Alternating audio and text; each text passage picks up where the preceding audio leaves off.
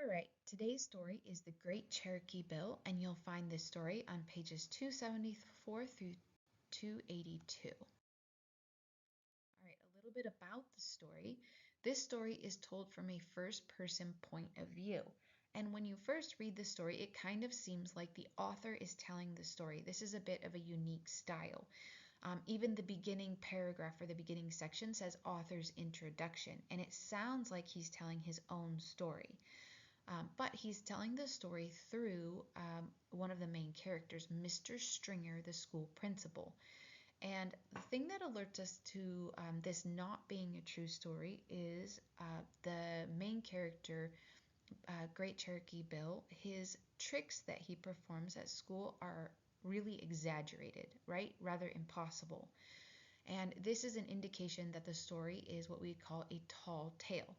This is a style unique to American literature, and it's a story where the hero's skills or traits are often quite exaggerated or impossible. Okay, so for example, when the Great Cherokee Bill is performing his tricks, one of the tricks that's impossible, he uses his whip to lasso one of the boys in the crowd. He wraps the whip around the kid's neck, but he doesn't hit anybody else in the crowd, and that's not possible to do. Another thing that seems really impossible is he bends a coin with his teeth. I don't know if you've ever tried to bite a coin, but you can't bite through a coin, right? It would be really impossible. All right.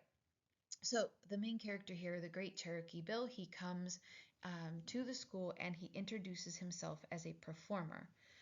And he tries to convince the principal to allow him to perform for the school, and the principal at first doesn't want to do it because they've had other Indian performances and he said they're all fake, right? But the Great Cherokee Bill comes with a over 200 recommendation letters, so finally the principal says yes. And as we see in the story, he's not really just a performer, right? There's more to him than that.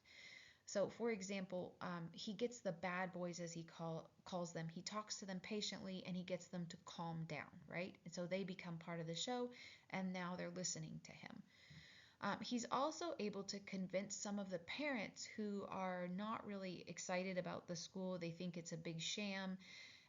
They've never come to the school, but he gets them to attend a school event when they have the shooting demonstration, right? So it gives them a little more respect for the school. Okay, so Cherokee Bill, he has some strengths and weaknesses in this story.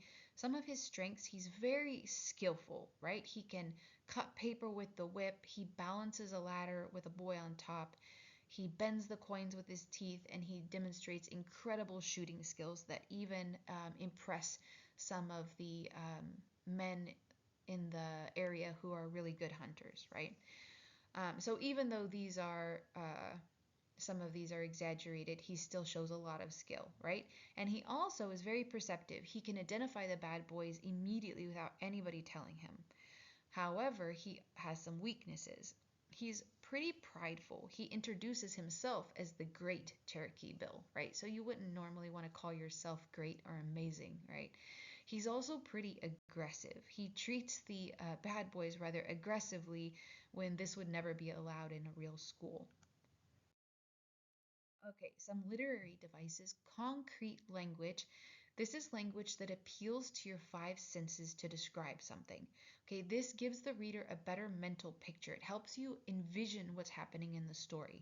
So, some examples. The very beginning, when he describes Cherokee Bill, the author gives such a good description you can imagine him in your mind very easily.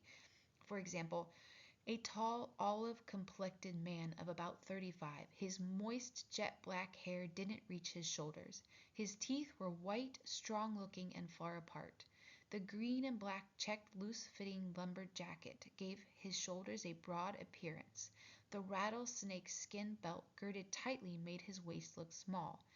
His riding pants, encasing his hips and legs, made them look small. His boots were deeply scarred. So this gives you an excellent mental picture of what Cherokee Bill looked like. Also, the author uses some sounds to appeal to our sense of hearing, right?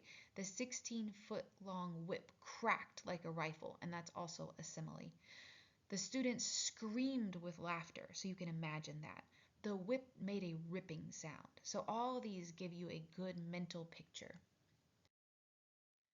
The author uses quite a lot of similes. I'm just going to point out a few for you.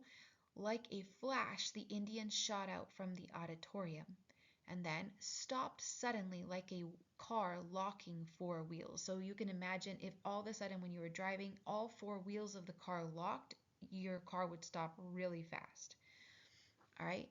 Cherokee Bill drew on the whip like one drawing a bucket of water from a well with a rope line. So imagine there's a well and you're pulling the rope to pull up the bucket of water. This is exactly what it looked like when Cherokee Bill is pulling the whip to draw the boy closer to himself. This is a really excellent description.